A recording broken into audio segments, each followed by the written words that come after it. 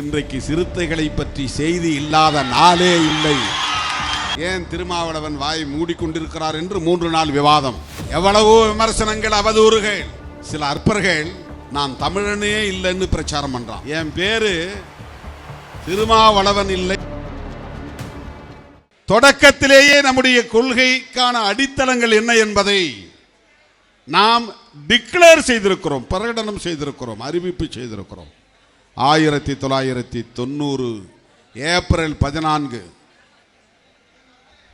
91 April 14, சரியாக சொன்னால் 1991 April 14 நம்முடைய இயக்கத்தின் கொடி மதுரை மண்ணில் கோபுதூரில் அறிமுகப்படுத்தப்பட்ட நாள்.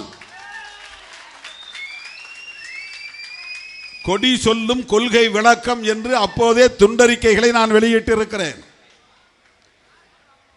நீலம் என்பது உழைக்கும் மக்களின் விடுதலையை குறிக்கும், சிவப்பு என்பது புரட்சிகர பாதையை குறிக்கும், நடுவிலே இருக்கிற நட்சத்திரம் விடியலை நினைவுபடுத்தும் விடி வெள்ளியை குறிக்கும், அந்த விடிவெள்ளியின் ஒவ்வொரு முனையும் ஒரு வியூகத்தை குறிக்கும்.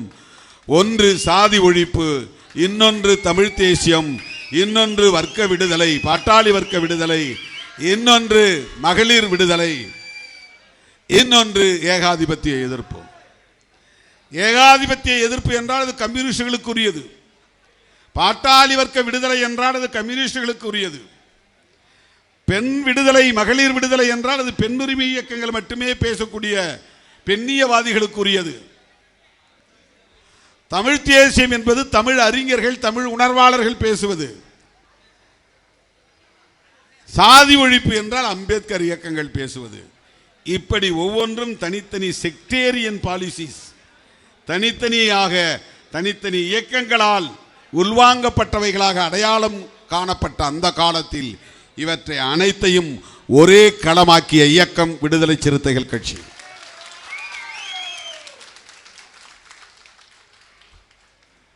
அம்பேத்கர் படத்தோடு பெரியார் படத்தையும் இணைத்த கட்சி. பெரியார் அம்பேத்கரோடு மாமேதை மார்க்ஸையும் இணைத்த கட்சி.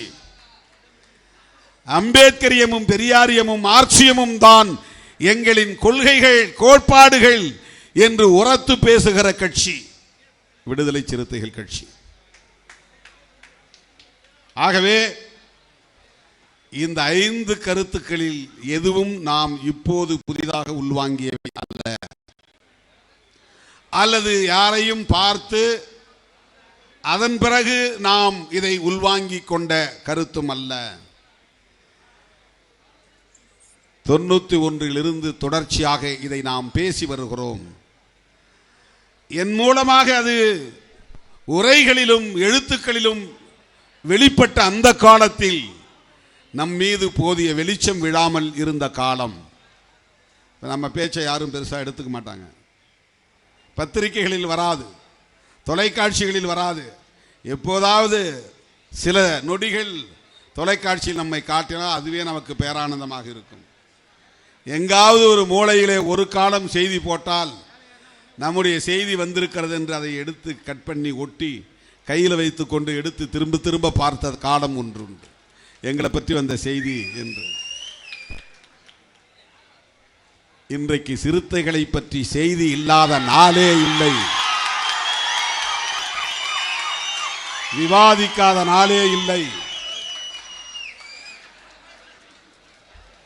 ஆளாளுக்கு ஒவ்வொரு யூகம். ஏன் திருமாவளவன் வாய் மூடிக்கொண்டிருக்கிறார் என்று 3 நாள் விவாதம். ஏன் திருமாவளவன் இப்படி பேசினார் என்று 4 நாட்கள் விவாதம். ஏன் திருமாவளவன் இந்த முடிவை எடுத்தார் என்று 5 நாட்கள் விவாதம்.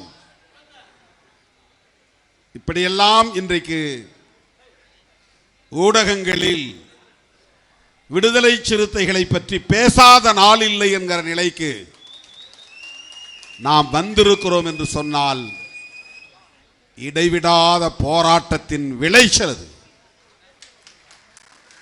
தொய்வின்றி தொடர்ச்சியாக களமாடியதன் விளைச்சல் அது. சும்மா வந்துடாது. எவ்வளவோ விமர்சனங்கள், அவதூறுகள். சில அற்பர்கள் நான் தமிழனே இல்லைன்னு பிரச்சாரம் பண்றான். என் பேரு திருமாவளவன் இல்லை திம்மவாலனுன்னு போடுறான். அரசியல் அறியாமையில் உழலும் அந்த அற்பர்களுக்கு நாம் விடை சொல்லுவதற்காக சொல்லவில்லை. நாம் எப்படியெல்லாம் குறிவைக்கப்படுகிறோம் என்பதை உணர்த்துவதற்காக சொல்லுகிறேன். அரசியல் பகை கொண்ட சாதி வெறியர்கள் திருமாவளவன் பறையரே இல்லை. நான் என் பேர்ல ஒரு தம்பி திருமாவளவன் ஒருத்தர் இருந்தார்.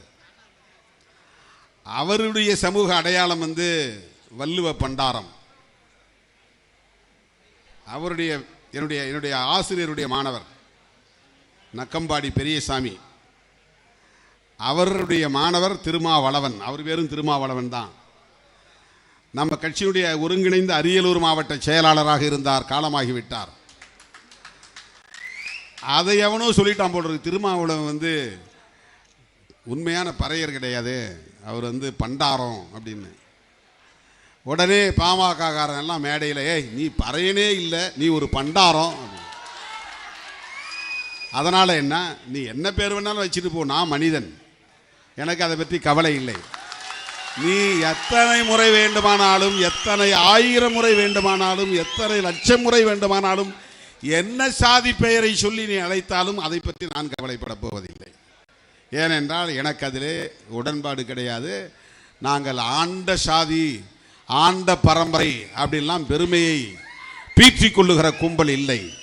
நாங்கள் ஞான வம்சத்தை சார்ந்தவர்கள், அறிவு பரம்பரையை சார்ந்தவர்கள், ஐயன் திருவள்ளுவனின் வழி வழி வந்தவர்கள், வழி தோன்றல்கள் என்கிற நம்பிக்கை உள்ளவர்கள். நாங்கள் கௌதம புத்தரின் கருத்தியல் வாரிசுகளாக களத்தில் நிற்பவர்கள் நாங்கள். அதனால என் சாதியை ஒருத்தன் மாற்றி பேசினான்.